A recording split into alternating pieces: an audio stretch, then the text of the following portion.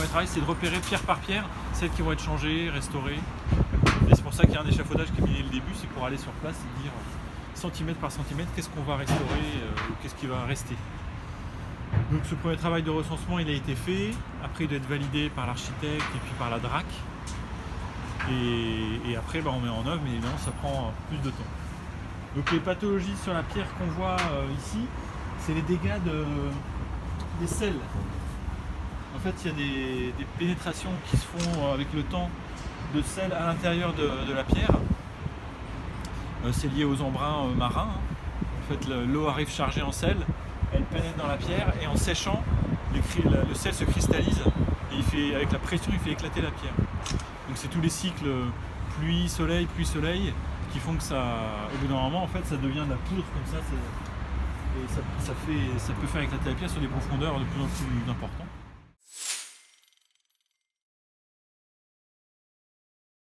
D'une part, c'est un vitrail extrêmement important pour la ville du Havre.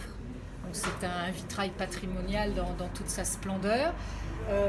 C'est donc l'histoire d'Henri IV qui arrive à la ville du Havre au début du XVIIe siècle. Ensuite, c'est un vitrail de Duhamel Marette, donc un artiste majeur du XIXe siècle. Et puis pour moi, un travail exceptionnel de gravure sur verre, de découpe de verre, de peinture. Enfin, je suis vraiment sensible à la beauté de ce vitrail.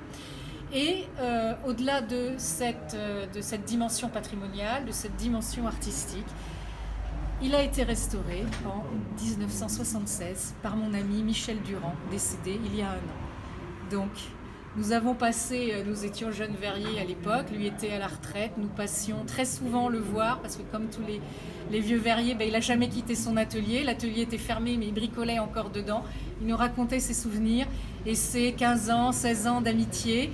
Voilà, il nous a quittés, donc je crois qu'on a vu restauré par Michel Durand, on a dit ah ben on y va. Donc nous sommes là aussi en souvenir de Michel. C'est un vitrail donc qui a plus d'1 siècle, donc il a vécu. Donc comme je vous disais, il y a pas mal de pièces de verre brisées, il y a des peintures effacées, mais il reste malgré tout magnifique. Donc il faut écouter un entretien supplémentaire, une restauration, recoller tous ces fragments, nettoyer tout cela, peut-être restituer délicatement certains visages.